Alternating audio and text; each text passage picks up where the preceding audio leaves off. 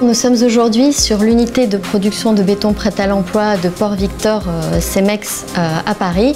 Le sujet que nous allons aborder aujourd'hui est le sujet des bétons à empreinte carbone réduite.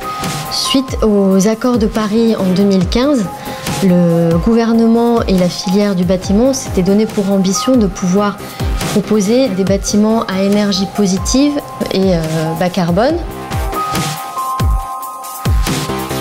En effet, le secteur du bâtiment est considéré comme stratégique puisqu'il représente 45% de la consommation énergétique et 25% des émissions de gaz à effet de serre. Il fallait donc pouvoir prendre en compte la filière du bâtiment pour préparer la future réglementation environnementale et énergétique qui se profile à l'horizon 2020. Pour cela, une expérimentation a été lancée à l'automne 2016, une expérimentation grandeur réelle, qui vise à définir les seuils qui seront nécessaires en termes d'énergie et de carbone. Un label E+C- a d'ailleurs été créé pour venir appuyer cette démarche. Et donc le référentiel cherche à définir des seuils, aussi bien d'un point de vue énergétique, on va prendre comme repère la réglementation thermique 2012, et d'un point de vue émissions carbone d'autre part. Et pour cela, on prend en compte l'ensemble du cycle de vie d'un bâtiment, donc de sa construction jusqu'à sa démolition et le recyclage. Concernant la partie réduction de l'empreinte carbone, il y a des seuils qui sont fixés à l'échelle globale du bâtiment et au niveau des produits de construction qui sont utilisés dans le bâtiment. Chez Cemex, l'empreinte carbone est un sujet de longue date puisque nous avions été précurseurs en 2010 avec le lancement d'un outil, l'outil Optime CO2, qui nous permettait d'identifier les émissions de gaz à effet de serre qui étaient produites par nos bétons prêts à l'emploi, de l'acheminement des matières premières jusqu'à la livraison sur chantier. On avait déjà d'ailleurs en 2009 accompagné des clients pour pouvoir réduire leur empreinte carbone. Il y avait eu un chantier en Rhône-Alpes, le siège de la région Rhône-Alpes, où nous avions pu réduire les empreintes carbone de 15 kg à 60 kg par mètre cube. Sur ce qui représente, pour ce chantier en particulier, il y avait 28 000 mètres cubes de béton. Ça représente 1000 tonnes de carbone en moins. Aujourd'hui, Cemex souhaite se mobiliser aux côtés de l'État pour aider à construire la future réglementation, pour pouvoir faire partie de l'expérimentation E+C-.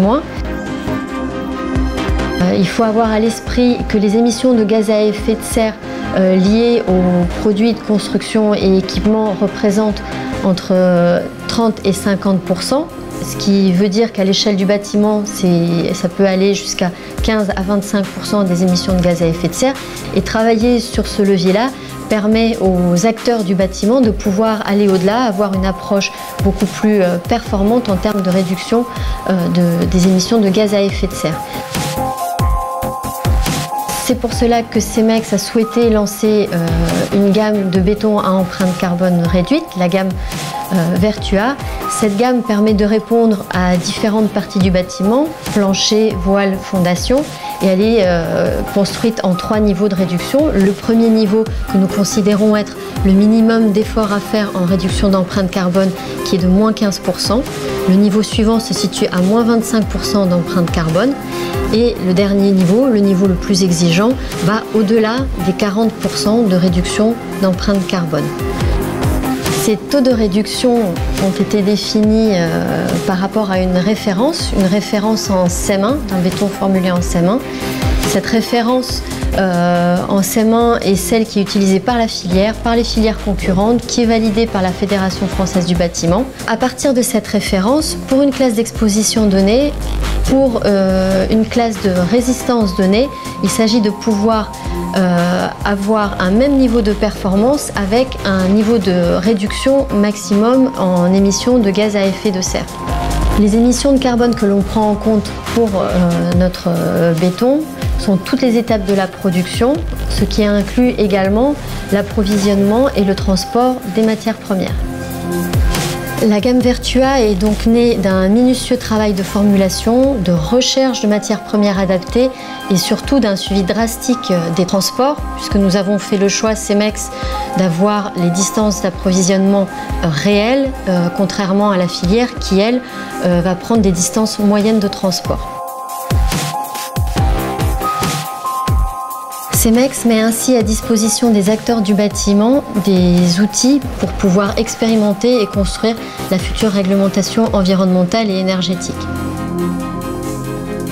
D'autres actions sont à venir puisque nous menons également des réflexions en termes de cycle de vie, de recyclage de matériaux, ce qui s'inscrit totalement dans notre engagement pour l'économie circulaire.